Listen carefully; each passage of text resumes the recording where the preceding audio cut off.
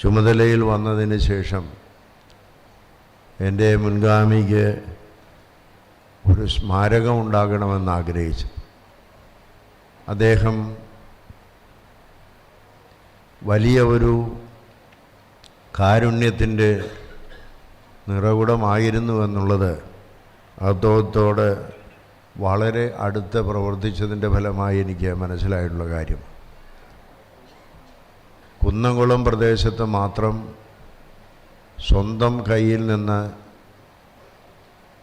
തനിക്ക് ലഭിച്ച കൈമുത്തിൽ നിന്ന് അദ്ദേഹം കാലം ചെയ്യുന്നതിന് മുമ്പ് 22 ഭവനങ്ങൾ പാവപ്പെട്ടവർക്ക് വെച്ചു കൊടുക്കുകയുണ്ടായി.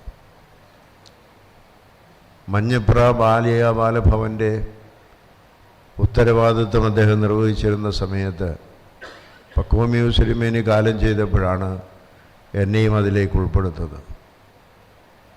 അദ്ദേഹം കാലം ചെയ്യുന്നത് വരെ ആ മഞ്ഞപ്ര ബാലികഭവനം രണ്ടായി. അത് ബാലികഭവനം അവിടെയും ബാലഭവനം വടവൂടുമായി മാറി. ഈ പ്രസ്ഥാനത്തിന് എന്തുമാത്രം സഹായം അദ്ദേഹം ചെയ്തിട്ടുണ്ട് എന്നുള്ളത് ആർക്കും അറിയില്ല.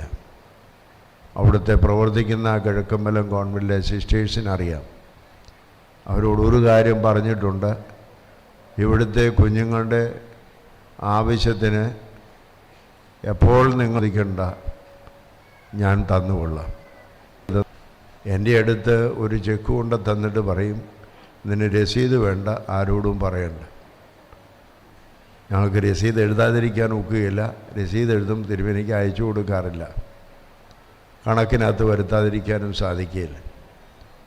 അങ്ങനെ നിശബ്ദമായിട്ട് രഹസ്യമായിട്ട് എല്ലാവരെയും സഹായിച്ചു കൊണ്ടിരുന്ന ഒരു പിതാവാണ്. അതുകൊണ്ട് തന്നെയാണ് അദ്ദേഹത്തിനൊരു സ്മാരകം ഉണ്ടാകണമെങ്കിൽ അത് ഒരു ജീവകാരുണ്യ സ്ഥാപനമാകരിക്കണം എന്നുള്ള ചിന്ത എൻ്റെ മനസ്സിൽ വന്ന് ഈ സഹോദരൻ പദ്ധതിക്ക് തുടക്കം കുറിക്കുന്നത്.